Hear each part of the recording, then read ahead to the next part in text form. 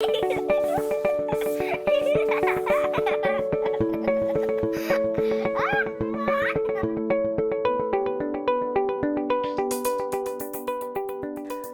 my name is Vicky Walsh. I am here today talking about the Education Inspection Framework. I took part in a pilot inspection and I'm here today to talk to Pacey about my experience with Ofsted. Brilliant. So Vicky, why did you agree to take part in the pilot inspections for this new Education Inspection Framework? Agreeing to be part of the pilot for me was important to ensure that I knew what was going to be coming for my business, and also making sure that what I was delivering was still on point and in line with what everybody else was delivering, because childminding can become quite lonely sometimes, and ensuring that you know what you're doing is important, and you reassure yourself. So being part of the pilot was a good way of me checking up on my own business and my business skills to make sure that everything was in check. How did you prepare yourself and your colleagues, because you don't work on your own, do you? I did ensure that my assistant read through the EIF. She did read through it. She did ask me some questions, as she was here on the day just being exactly how she was on a day-to-day basis. There was nothing special that she did. When our inspection took place, we had two children actually fall over and graze their knees, and it was just like a normal day. And she was interacting with the children, but there wasn't anything. She knows how the setting works. Just make sure that assistants know what forms they should be using if there's an accident, and for your assistants to be up to date on their training. Can you just take us through the structure of the visit, from the inspector knocking on the door to... Yes, the inspector arrived and introduced herself and showed her identification. We signed her in as we would any visitor to the setting.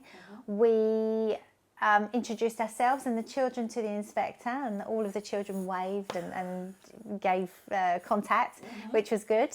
She then explained very briefly to me about what it was that she was going to be looking at, and that was very, very short, and it almost wasn't as intense as some of my other inspections that I've had, in the respect that she was not expecting to see piles and piles of paperwork sprawled across my dining room table, and she did make that very clear at the beginning that I don't want to see oodles of paperwork, Vicky, which we use digital, so there wasn't lots. But we then walked her through the setting and explained to her our learning areas and what activities we do at certain places within the setting if the children so wish to participate into that. And you talked about a learning walk. Can you just explain what the learning walk is? Okay, in practice it was nothing that I wouldn't have ordinarily done had it been a new parent coming to visit the setting, and explain how we deliver the EYFS to the children and what resources we would use to achieve those early learning goals. It was very comfortable. She didn't ask, she let me speak and let me show my peacock feathers, as it were, and to show her what Sticky Fingers Childminding is all about. And we did have a planned activity. We had an adult-led activity, and the inspector really enjoyed that, and so did the children, and my assistant and I both engaged in that activity. But that we didn't have to do that for the inspection, because the inspector was just inspecting us on what we were doing every day. Did you notice any difference between this inspection for the Education Inspection Framework against the Common Inspection Framework at all? I think inspections are always going to be stressful. It's whenever we hear the word Ofsted, we all sort of like, oh my goodness. But it was very, I think because they didn't want to see lots of paperwork, and more of it was focused on how well I know my children. And that, because I do know my children, it was very easy and calm, and she asked about what next steps I had planned for the children and if I had any children with special educational needs. And I do, and I explained to them what other outside agencies I've approached to help with that, and she was very pleased with how well I knew them and for what education plans I had in place for them. She did look at our planning files quite a lot, Okay. because it's about the quality of education that's being delivered, and Yes. the EIF does focus on that quite heavily. And she was quite keen to find out how one particular area of planning serviced all children and how all children benefited from that, what they can achieve.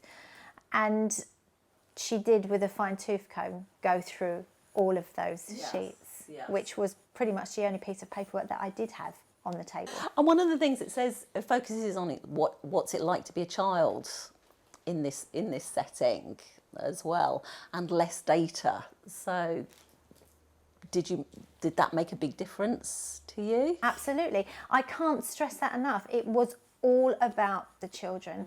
Our children at the moment, the children we had on the day, they are quite young, so she couldn't ask the children's opinion. However, she could see that they were engaging in the activity and they were happy at play. So she said that, you know, speaks volumes that they're happy and engaged in your activity, so your planning, you pitched it correct. Okay.